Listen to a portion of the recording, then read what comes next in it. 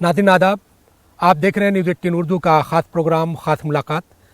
नाज़रीन, आज फिर एक ख़ास शख्सियत के साथ आपके बीच हाजिर हुए हैं।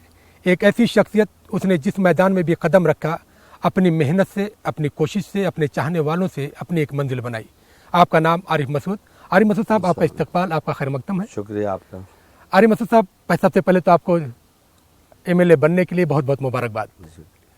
आरिफ साहब, आपने जब तालिब इल्मी का ज़माना, अगर कैम्ब्रिज स्कूल की बात करें, मौलाना आज़ाद की बात करें, फिर आप जब बेनज़ीर कॉलेज में जाते हैं, वहाँ से आपने सियासत के सफ़र में कदम रखा था। ये सफ़र इतनी दूर का जो आपने तय किया, कैसा लगता है? बहुत लंबा सफ़र हुआ, क्योंकि बहुत यंगर एज में, मुझे आज भी याद है कि मैं 11वीं क्लास भी नहीं करा था। उस टाइम 11वीं बोर्ड होता था, और शायद तकरीबन जहाँ मैंने जिस साल 11वीं करा है उसी साल 12th बोर्ड हुआ है। तो मैं एक साल फेल भी हुआ 11वीं में, फिर मुझे 12th बोर्ड का अवसर भी मिला। और मैंने उसी दौरान बेनज़ीर कॉलेज में जाना शुरू करा था। और छात्र, मुझे आज भी याद है, गैस कांड के बाद सबसे पहले मेरी शुरुआत हुई थी। और बहुत ज़्यादा अर्जुन सिंह जी ने एक कहा था कि गैस कांड में हम लोगों ने डिमांड उठाई थी, सब बच्चे थे कि जो है जनरल प्रमोशन दिया जाए। तो हम सब लोग उसमें लग गए। वहीं से मेरी शुरुआत हुई, वहीं से लोगों ने मुझे सियासी रुख की तरफ मोड़ दिया। कोई उस टाइम समझ भी नहीं थी, बचपन ही था, तो उधर लग गए। तो क्या आपको लगता था कि कभी इस मंजिल पे भी पहुंचेंगे? नहीं, उस दौरान तो कभी ऐसा नहीं सोचा। उस टाइम बस एक जुनून रहता था कि काम करना है, लड़कों का लड़ना है, बच्चे हैं एडमिशन के लिए परेशान होते थे। उस टाइम कॉलेजेस कम थे, तो बहुत ज़्यादा दुश्वारियाँ गवर्नमेंट कॉलेज में एडमिशन की। प्राइवेट कॉलेजेस का भी उस टाइम सिस्टम नहीं था ज़्यादा, तो भोपाल में तो था ही नहीं, 2-3 ही कॉलेज थे उस टाइम प्राइवेट। तो बड़ी एडमिशन की दुश्वारी होती थी, तो मज़ा आता था। संघर्ष करते थे, प्राचार्यों से लड़ते थे, वाइस चांसलर के यहाँ आंदोलन करते थे, संघर्ष करते थे उनके एडमिशन कराने में। तो एक खुशी मिलती थी। वहीं से एकदम राजनीतिक दिमाग बन गया, NSUI में शामिल हो गए, NSUI से काम करने लगे। आपने NSUI में काम किया। आपने शुरू में जिक्र किया गैस का। हमें देख रहे हैं कि 84 में गैस निकली थी, सरकारें बदलती रहीं, आज भी गैस वालों के बहुत सारे मसाइल हैं जहां पर वो खड़े हुए हैं। अब नई सरकार आपकी बनी है, क्या उम्मीद है? देखिए, इसमें मैं आपको बताऊं, बहुत सारी गलतियां भोपाल की उन तंजीमों की रहीं जिन्होंने गैस पीड़ितों में काम किया। उस दौरान मैं बहुत छोटा था। मुझे याद है कि मरहूम रसूल अहमद सिद्दीकी साहब उस टाइम मंत्री हुआ करते थे, और राजीव जी की सरकार थी सेंट्रल। तो बहुत कुछ काम कराए जाना चाहिए थे, लेकिन कुछ पिटीशनें कोर्ट में डलती गई।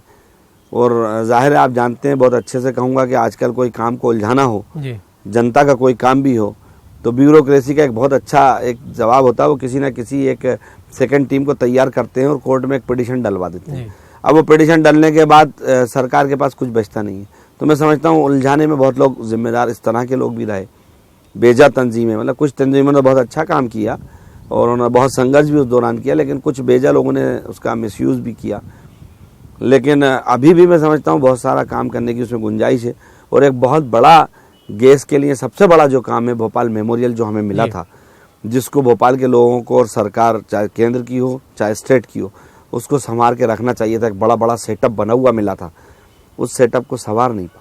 तो क्या अब आपके ऊपर एक नई जिम्मेदारी, क्योंकि भोपाल जिस जगह से आप जीते हैं, यहाँ पर एक बड़ी तादाद जो है भोपाल के गैस मुतासरीन की है जो बीमार हैं। मैं पूरी कोशिश मुख्यमंत्री जी से जब करूँगा, अभी तो क्योंकि शपथ हुई है और थोड़ा दिन मैं चाहूँगा कि वो उनका मंत्रिमंडल वगैरह का गठन हो जाए, उसके बाद 2-3 इशू पर मुझे बहुत सीरियसली बात करना है और मैं उनका ध्यान आकर्षित करके ये काम कराने की तो पूरी कोशिश करूँगा, क्योंकि ये सबका काम है और इंसानियत का बड़ा काम गैस विक्टिम के और मरीजों को मिल जाना ही बड़ा काम होगा। जी, यकीनी तौर पर अगर उनको इलाज मिल जाता है, उनको मुआवजा मिल जाता है, तो उनकी ज़िंदगी में बहुत सारी खुशियां आ सकती हैं। और इंसान को यही चाहिए कि जो हम खुशियां देने वाले बने। यहाँ पे आरिफ साहब, एक अहम सवाल है। जिस तरह से आपने कहा कि तालिब इल्मी के ज़माने में, उस ज़माने में भोपाल में इतने बड़े कॉलेजेस भी नहीं थे, आपने खुद एक कॉलेज शुरू किया, तो इसकी ज़रूरत क्यों महसूस हुई? नहीं, हम जब देख रहे थे तो 2 चीज़ें हमारे बड़े दिमाग में थी।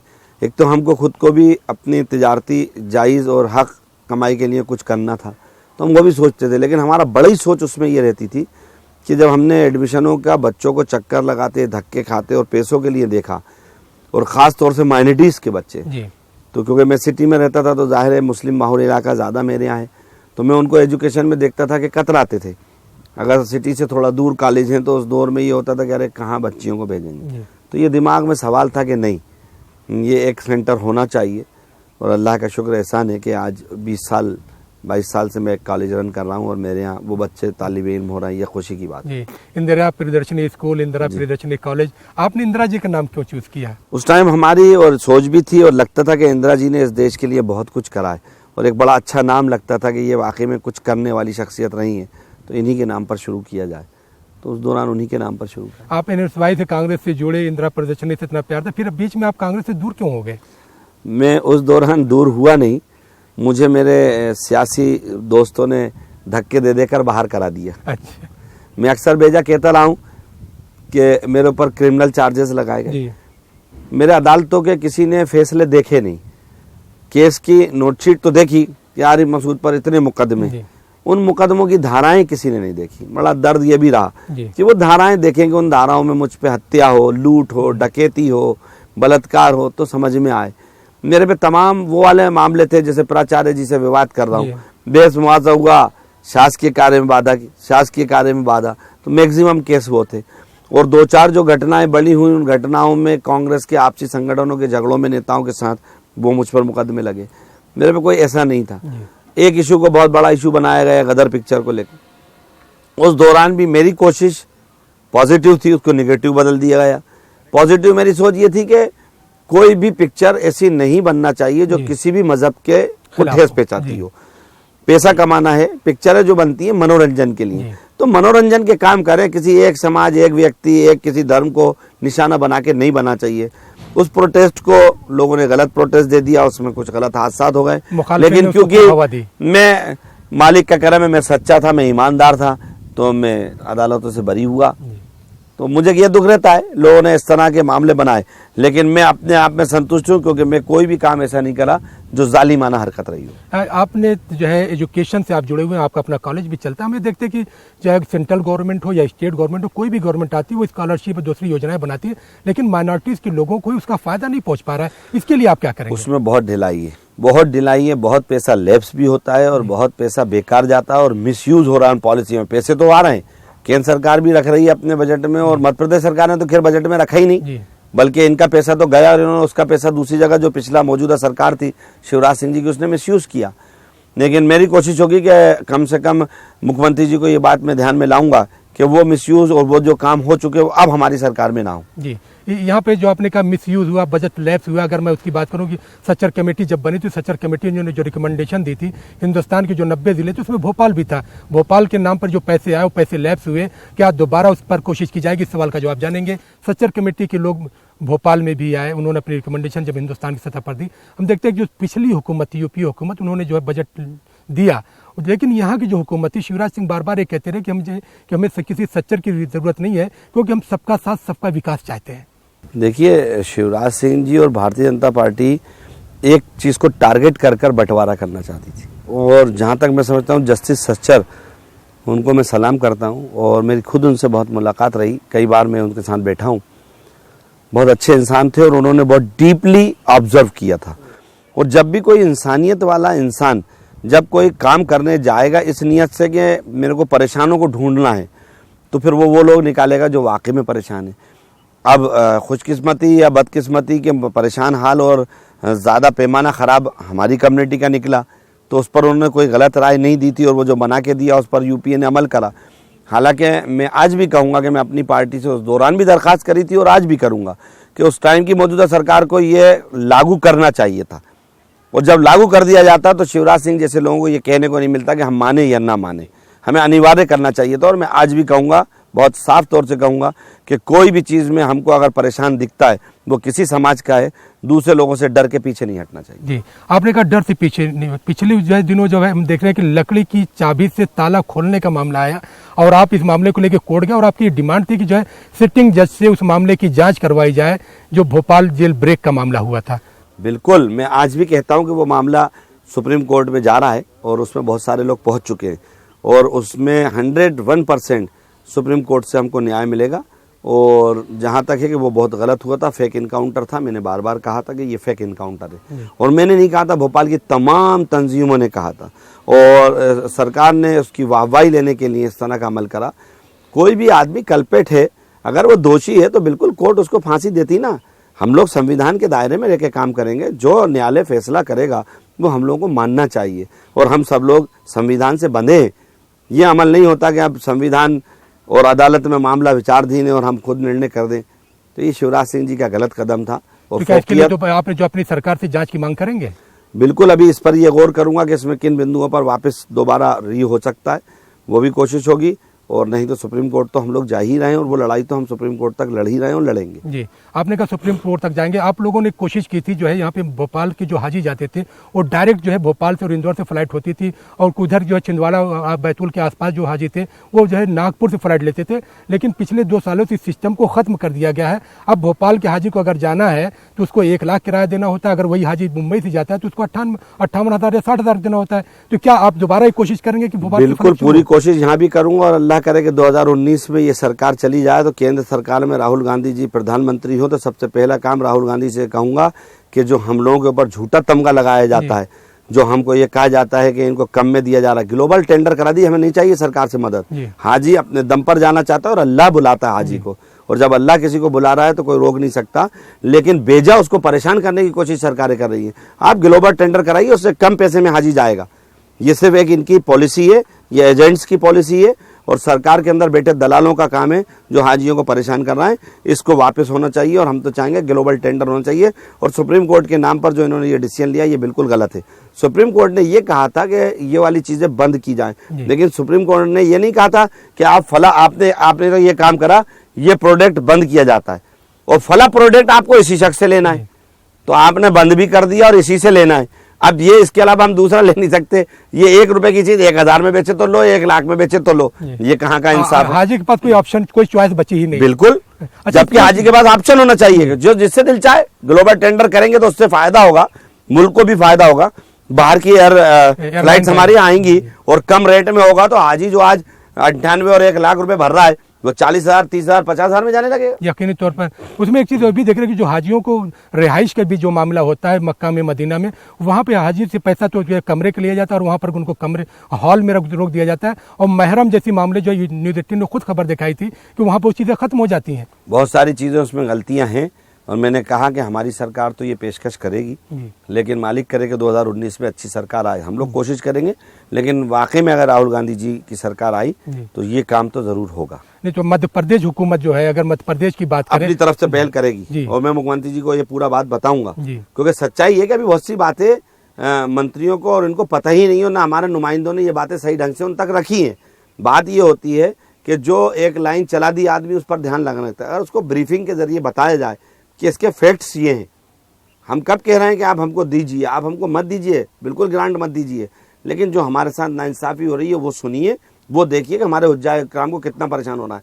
और आपको बताना चाहता हूँ मेहताब साहब, आप उस बात के शायद गवाह भी होंगे कि मैंने दिल्ली से जब ये फ्लाइट कराई थी, माननीय सुरेश पचौरी जी को मैं लेकर गया था और पचौरी जी ने प्रफुल्ल पटेल से कहकर भोपाल का इमिग्रेशन पॉइंट बनाया था, तो उस टाइम पर भी हमारी फ्लाइट लागू थी। और उसके बाद भारतीय जनता पार्टी ने पूरी क्रेडिट ली, हम उस क्रेडिट में कभी नहीं गए। बहुत अच्छा है, कोई भी ले, आज भी हम चाहेंगे क्रेडिट कोई भी ले, लेकिन ये काम कराऊंगा और इमिग्रेशन पॉइंट भोपाल वापस बने और भोपाल के हाजी भोपाल से जाएं, ये पहली कोशिश होगी। यकीनी तौर पर जो अगर ये मौका मिलता है तो आदमी हज खुद चाहेंगे कि अपने शहर से जाएं। यहाँ पर जो है अकलियतों की अगर इदारों की बात करें तो यहाँ पे देखते हैं कि हम उर्दू अकेडमी है, मसाजिद कमेटी है, वक्फ बोर्ड है, मदरसा बोर्ड है, हज कमेटी है, ये तमाम इदारे जो है पिछले 15 सालों की बात करो तो एक बीमार दिखाई दे रहे हैं। क्या वजह समझते हैं? इसको बीमार कर दिया गया, एक इंटेंशनली कर दिया गया। इन इदारों में काम करने वाले लोगों को जगह ही नहीं दी गई। और मैं आज भी चाहूँगा कि बहुत ज़्यादा सियासी दखल अंदाजी से दूर हटकर इन इदारों के जो इंटरेस्टेड लोग हैं, जो उसके माहिरीन हैं, मैं मुख्यमंत्री जी को अपना एक पेश करूँगा।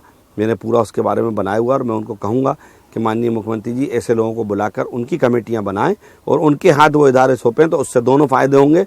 एक तो सरकार की इमेज अच्छी होगी, दूसरा वो लोग जो उस इदारे से जुड़े हैं और जो माहिरीन हैं वो जो काम करेंगे तो उसका बेनिफिट जिनको मिलना चाहिए उनको मिलेगा। जी, यकीन जो कमलनाथ जी ने चार्ज लेते ही, शपथ लेते ही 3 घंटे के अंदर जो फैसला किया, इस फैसले से जहाँ पे हम किसानों की बात करते हैं, हम कन्यादान योजना की बात करते हैं, बहुत सारे जो दूसरे फैसले लिए गए हैं, इस अब हम लोग बात कर रहे हैं कि यहाँ पे जो कल चार्ज लेते ही कमलनाथ जी ने जो ऐलानात किए, इस ऐलान से आप कितना मुतमईन हैं? नहीं, काफ़ी कुछ मुतमईन हूँ, क्योंकि हमारी पहली डिमांड थी मध्य प्रदेश में, ये कहा गया था कि किसानों का कर्जा माफ़ करेंगे। तो पहला वचन और संकल्प उन्होंने पूरा करा दूसरा भी उनने पूरा करा, निकाय योजना और ये सारी योजनाएं जो थी, जो ये 21,000 इसमें भी परेशानी है। इसमें एक चीज़ और हम बता दें कि हमारी सरकार के हमारे मुख्यमंत्री जी ने साफ निर्देश दिए हैं कि उसमें गरीबों को ज़्यादा परेशान ना होना पड़े। जो शादी वाले आते हैं उनके कम डॉक्यूमेंट से एक आधार कार्ड और उनका एक सर्टिफिकेट सर्टिफाई किया जाए और उनको वो दिया जाए। अभी क्या हो रहा था कि जो 21,000 या 26,000 देते थे, लेकिन देते ये थे कि सामान जो है एसडीएम साहब दिलाएंगे, और वो एसडीएम साहब वो सामान दिलाते थे जो सामान 26,000 का 16,000 का भी नहीं होता था। तो ये उसमें फ्री किया जाएगा कि आप अपने ढंग से आप ले। ये एक बहुत बड़ी बात होगी, अच्छी चीज़ है।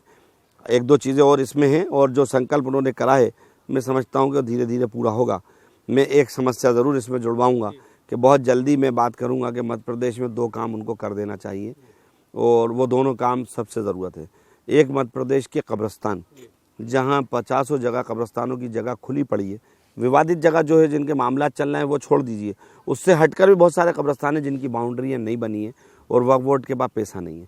ऐसे ही बहुत सारे शमशान घाट में अभी मध्य में ही घूमा, भोपाल आप छोड़िए दूर की बात, भोपाल में घूमा, शाहपुरा के पास एक शमशान घाट बताया गया कि इसकी बाउंड्री वाल विधायक जी नहीं बनने दे रहा। तो मैं तो चाहूँगा कि कब्रिस्तान हो या शमशान घाट, कब्रिस्तान और इनके लिए भी उनको एक अलग से सरकार को बजट देके और बाउंड्री करा देना चाहिए। ये बड़ा काम। अगर मैं जिस तरह से आपने कब्रिस्तान की बात की, तो भोपाल में मध्य प्रदेश वक्फ बोर्ड 1961 में बना, 62 में गजब नोटिफिकेशन हुआ, 187 कब्रिस्तान भोपाल में से 23 बचे हैं। तो क्या आप चाहेंगे जिन जगहों पर नाजायज कब्जे हो गए हैं उसकी दोबारा वापसी हो? होना तो चाहिए। कोशिश तो ये रहेगी कि जो बेजा कब्जे हैं वक्फ की तरफ से, क्योंकि वक्फ की जगह जो है वो अल्लाह के नाम पर वक्फ की गई है, वो किसी ने दी नहीं थी। वो जिन लोगों ने दी है उन्होंने वक्फ करी है, और वक्फ जो जगह की जाती है वो सरकारी जगह नहीं हुई, वो अल्लाह के नाम पे वक्फ जगह कराई है। और वक्फ बोर्ड का काम उसको टेक करना है, और केयर टेकर के रूप में उन्हें काम करना चाहिए। जो वो सही नहीं कर सके तो जाहिर है कि उन्हें भी पेश करना चाहिए, और हम लोग भी कोशिश करेंगे। यहाँ पे एक सवाल है, जिस तरह से कमलनाथ जी ने किसानों का कर्ज माफ किया, 3 साल से मध्य प्रदेश मदरसा बोर्ड के अधीन जो मदरसे चल रहे हैं, 5,500 शिक्षकों को वेतन नहीं मिला है, उसके लिए क्या पहल करेंगे? सबसे बड़ा अफसोस की बात तो यही है कि इन इदारों के अंदर भर्ती नियम नहीं है। तो ये पहली बेईमानी तो सरकारों की यही रही। जब ये बोर्ड बनाया था और जिस मकसद से बनाया था, तो उस मकसद से बनाने के लिए हमको वहाँ पे स्टाफ की जो कमी है उसको दूर करना पड़ेगा, और स्टाफ की कमी दूर होगी तब तो वो इदारा सही से काम कर पाएगा। लेकिन हमारी सरकार के बाद वक्त कम मिल पाया, और उसके बाद 15 साल तक इनकी सरकार रही। मैं चाहूँगा कि अब हमारी सरकार बनी है, मैं ये सुझाव लिख कर दूंगा और ये ध्यान में इनके लाऊंगा माननीय मुख्यमंत्री जी के, कि सबसे बड़ा इस पर ध्यान देने वाली बात यह कि भर्ती नियम यहाँ पे लगाए जाएं ताकि लोगों को मिले और स्टाफ की बढ़ोतरी की जाए। और इन इदारों को जिस तरह से डंप करके रखा गया, जबकि हम इससे बहुत कुछ, जो ग्रामीण अंचल के बच्चे थे, जो छोटे छोटे बच्चे थे, जो शहर इलाके से अलग हैं, जिसका मकसद था कि वो तालीम नहीं ले पा रहे थे, और वो मदारिसों को जोड़ने का मकसद था कि वो एक मॉडर्न एजुकेशन से भी जुड़ें ताकि उनको दोनों एजुकेशन आना चाहिए। वो मकसद मैं समझता हूँ फुलफिल नहीं हो पा रहा। तो इसके लिए हमको कोशिश करना चाहिए, और उसके लिए सबसे बेस्ट है कि ये इदारा जब मजबूत होगा तो वो चीज़ पूरी हो पाएगी।